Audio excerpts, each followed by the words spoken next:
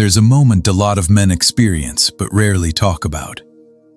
At first, she's engaged, curious, warm. She texts back fast, asks questions, leans in. You feel chosen. And then, almost quietly, something changes. She's still there, but the energy isn't.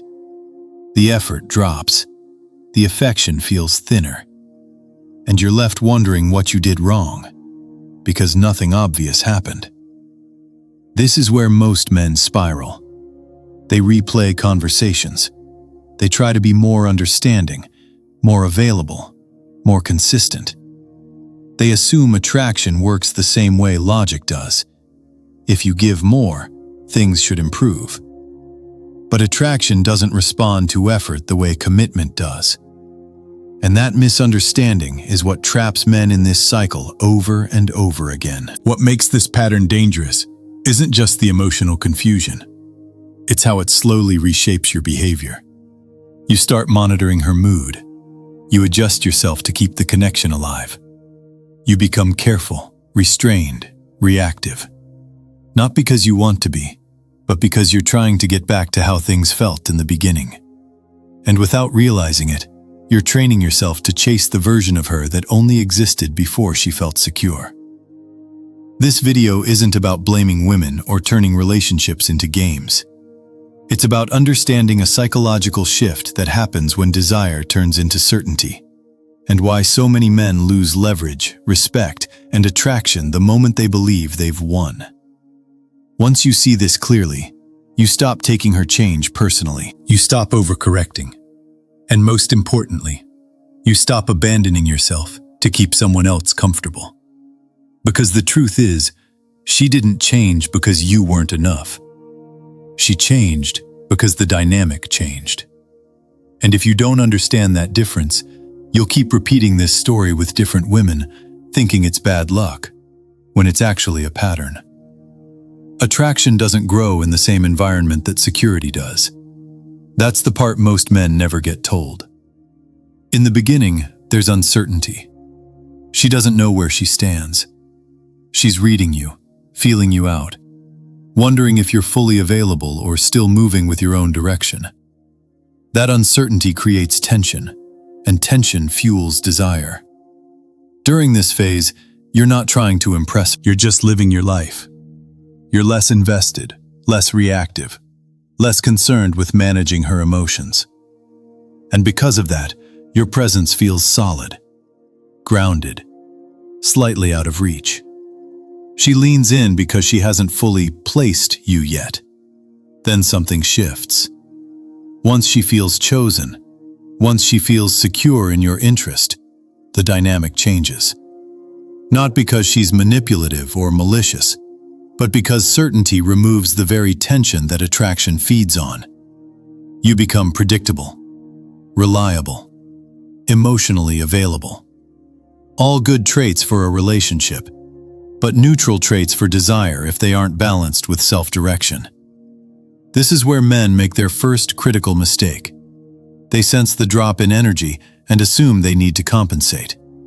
So they give more reassurance, more attention, more emotional access. They try to stabilize the connection instead of stabilizing themselves. And without realizing it, they invert the polarity. Attraction doesn't disappear because you cared. It fades because you made her emotional state the center of your behavior. You stopped moving from your own internal anchor and started moving in response to her signals. The moment that happens, she feels it, even if she can't explain it. This is why so many men say, "She wanted me until she had me." It's not that she wanted ownership. She wanted the feeling you had before you were trying to keep her. Before your attention became predictable. Before your energy became reactive. Desire lives where there's direction, not devotion. And when you collapse your direction into the relationship, the attraction has nowhere left to breathe. The real shift doesn't happen when you commit. It happens when you start abandoning yourself without noticing. Most men think the problem is that they cared too much. That's not it. The problem is that once they feel emotionally invested, they quietly stop living from their own center. Before her, you had structure, routines, priorities, standards you didn't negotiate. You spoke when you meant something. You moved when it made sense to you. Your life had momentum independent of her reactions. That independence is what made you attractive in the first place. Then, attachment creeps in. You start checking your phone more than your plans. You start adjusting your mood based on her tone. You start explaining yourself instead of standing on what you already said. You begin anticipating her feelings instead of trusting your own. None of this is dramatic. It's subtle, but it's constant. And here's the part most men miss. Women don't lose attraction to men who open up. They lose attraction to men who lose their spine. Vulnerability doesn't repel her. Emotional dependency does. The moment your sense of direction becomes dependent on how the relationship is going, she feels the weight shift. You're no longer grounded. You're orbiting. She doesn't wake up one day thinking, "I don't like him anymore." What she feels instead is pressure. An unspoken responsibility to stabilize your emotional state. A sense that your confidence is now conditional. That your calm depends on her reassurance. And that's where attraction starts to suffocate. Because desire requires polarity. And polarity requires two people standing in themselves, not one person dissolving into the connection. This is why men get confused when they say, "I didn't change."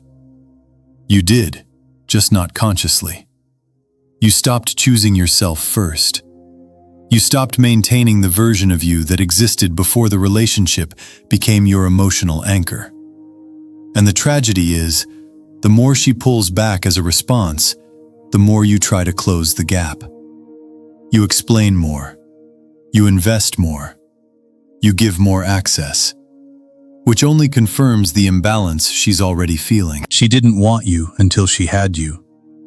She wanted you while you were still you. Once she starts pulling back, most men do the exact thing that feels logical, and it's the thing that accelerates the loss of attraction. They chase clarity. They want to talk it out, define the relationship, fix the distance, reassure her, reassure themselves. They believe that if they just explain their intentions clearly enough, if they show consistency, patience, and effort, the connection will stabilize again. But here's the uncomfortable truth. Reassurance only works when attraction is already present. When attraction is slipping, reassurance feels like pressure. From her side, it doesn't land as "he cares." It lands as "he needs." And neediness doesn't always look desperate. It often looks reasonable. Calm conversations, emotional openness, long explanations, repeated attempts to understand her feelings. This is why men feel blindsided. They're doing everything right on paper. They're communicating. They're being mature. They're not playing games. And yet, the more they try to fix things, the colder she becomes. Because the issue isn't misunderstanding, it's imbalance. The moment you start chasing reassurance, you hand her the emotional lead.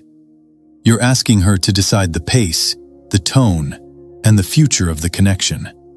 Your sense of stability becomes conditional on her response. Even if you don't say it outright, the dynamic shifts to, "Tell me we're okay." And once that happens, attraction doesn't just stall, it inverts.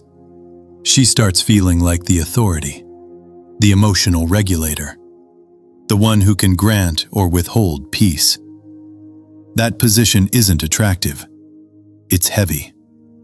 And people instinctively distance themselves from weight they don't want to carry.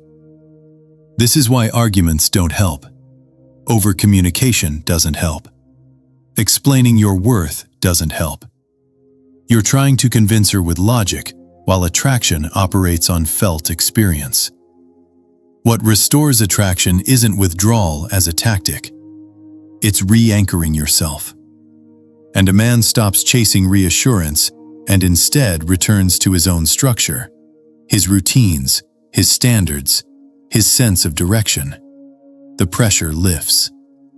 He's no longer asking her to stabilize him. He's stabilizing himself. That doesn't mean becoming cold.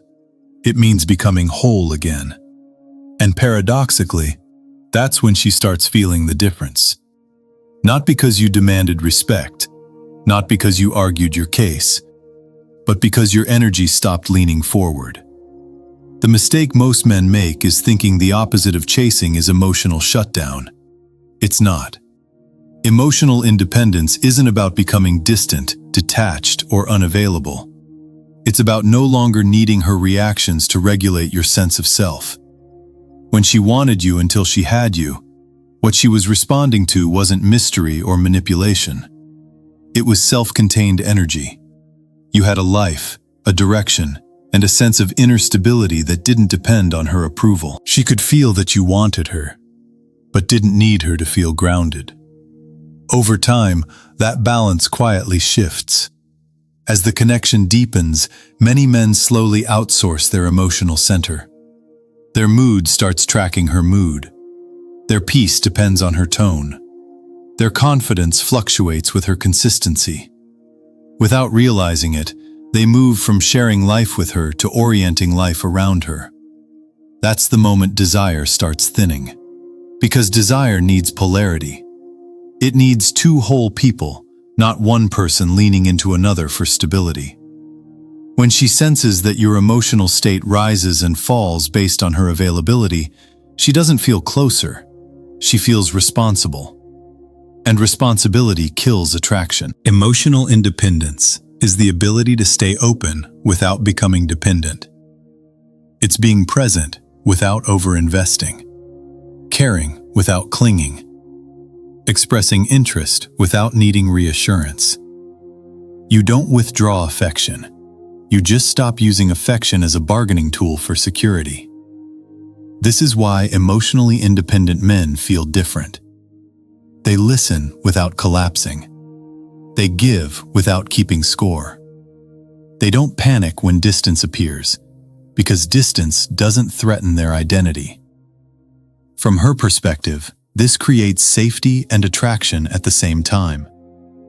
She can lean in emotionally without feeling like she's carrying you.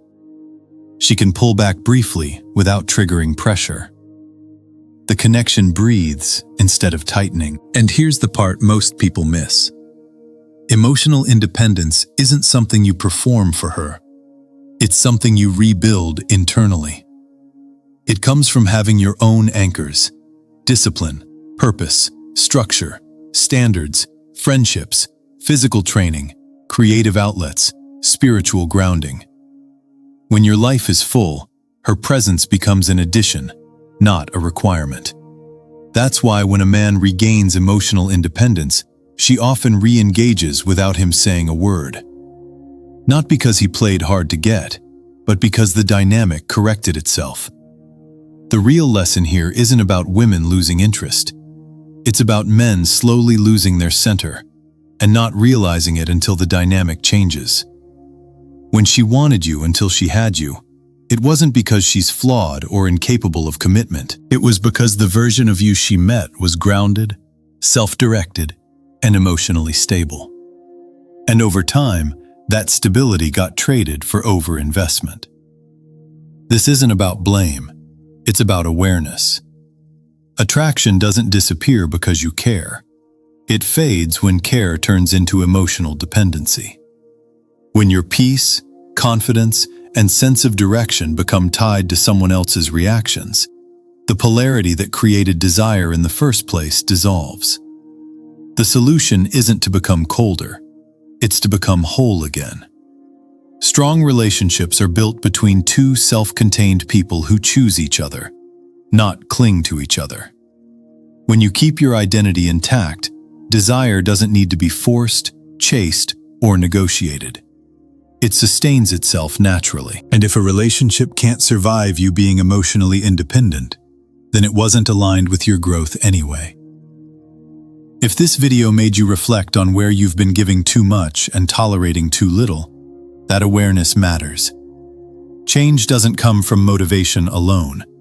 It comes from clarity, standards, and consistent self-control. That's what this channel is about.